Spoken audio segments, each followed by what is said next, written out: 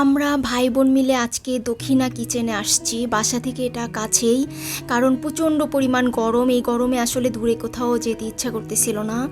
আর এই রেস্টুরেন্টটাতে মানে কয়েক মাস হয় কিন্তু খুলছে, বাট আমার কখনো আসা হয়নি। মানে এই ব্রাঞ্চটাতে, এটা হচ্ছে খিলগা ব্রাঞ্চে যে দক্ষিণা কিচেনের যে ব্রাঞ্চটা, সেটাতে আমরা আসছি। তো আমার ভাই, তারপর বোন, বাবা, আমরা 4 জন মিলে আসছি এখানে। তো এসে দেখলাম যে একেবারে পুরা রেস্টুরেন্টটা এসি, দোতলাতেও বসে খাবার ব্যবস্থা আছে। আর পুরা রেস্টুরেন্টটার পরিবেশটা খুবই সুন্দর। ওয়াশরুমগুলোও অনেক ক্লিন। আর একটা রুম আছে, এখানে হচ্ছে একদম বসে বসে খাওয়া যাবে। মানে আমরা তো নর্মালি রেস্টুরেন্টে গেলে চেয়ারে বসে খাই, বাট এখানে একদম ফ্লোরের মধ্যে এই যে এরকম এই জায়গাটা খুব সুন্দর আর কি। একদম ফ্লোরে বসে বসে হেলান দিয়ে বসে সুন্দর করে খাওয়া যাবে এখানে।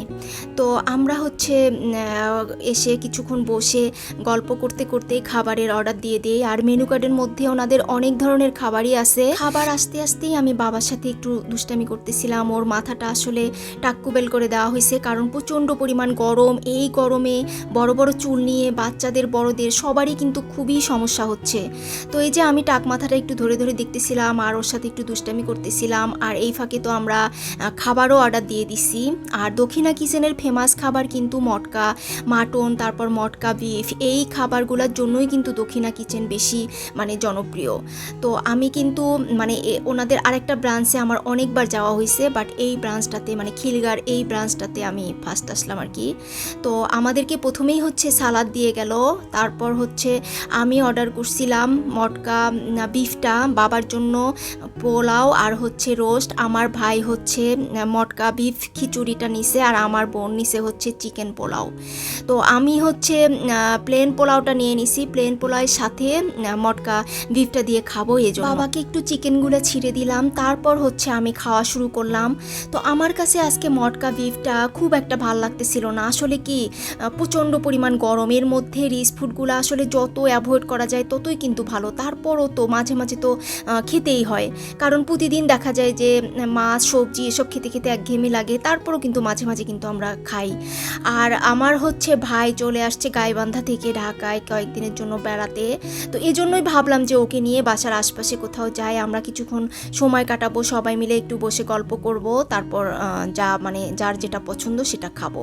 মোট কথা হচ্ছে আমাদের সময় কাটানোর উদ্দেশ্যটাই ছিল আসল। যাই হোক, আজকে আমার কাছে মটকা বিফটা খুব একটা ভালো লাগেনি, তবে আমার ভাইয়ের কাছে বিফ খিচুড়িটা অনেক মজা লাগছে। তারপর আমার বোনের কাছেও ভালো লাগেনি, আমার কাছেও খুব একটা ভালো লাগেনি। আর সাথে কিন্তু আমরা বোরহানিও নিয়ে নিছিলাম।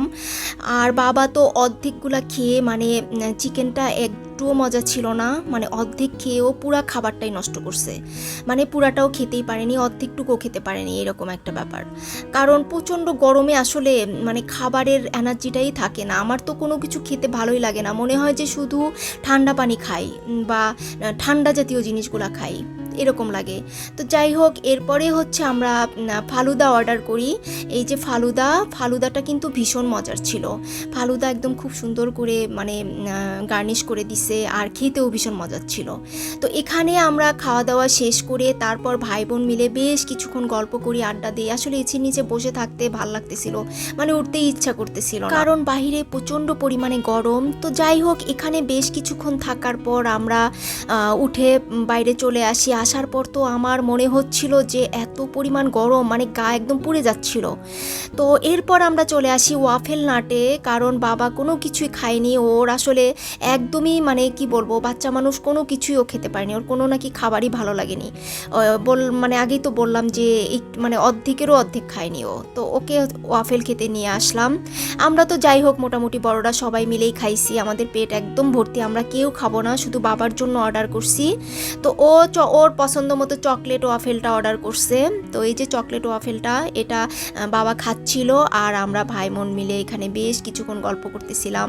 আসলে বাইরে যে এত পরিমাণ গরম, মানে কোনো এসি রেস্টুরেন্টে ঢুকলে মানে আর বেরই হতে ইচ্ছা করে না, এত পরিমাণ ভাল লাগে। মানে বাইরে বের হলে মনে হয় যে কোথায় যে চলে আসলাম, মানে গরম থেকে মানে ঠান্ডা থেকে মনে হয় যে আগুনের মধ্যে চলে আসলাম, এরকম লাগে।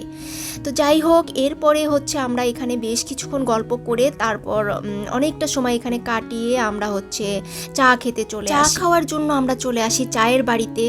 যত গরম হোক ঠান্ডা হোক যত কিছুই হোক না কেন 2 বেলা চা তো খেতেই হবে।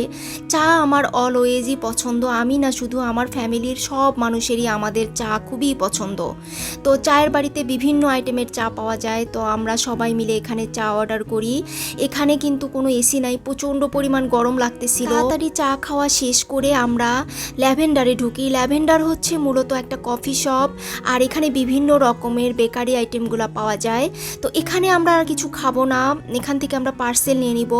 পাউরুটি, তারপর হচ্ছে কেক, ডোনাট, এসব আমরা এখান থেকে পার্সেল নিয়ে নিই। তারপর এখানে বসেও আমরা বেশ কিছুক্ষণ সময় কাটাই।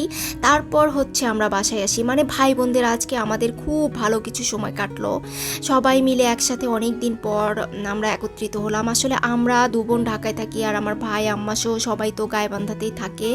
তো অনেক দিন পর আমার ভাইয়ের সাথে আমরা ভাই বোন মিলে একসাথে অনেক ভালো কিছু সময় কাটালাম। তো আজকে এ পর্যন্তই ছিল। সবাই ভালো থাকবেন, সুস্থ থাকবেন, আর আমার চ্যানেলটা সাবস্ক্রাইব করবেন। আল্লাহ হাফেজ।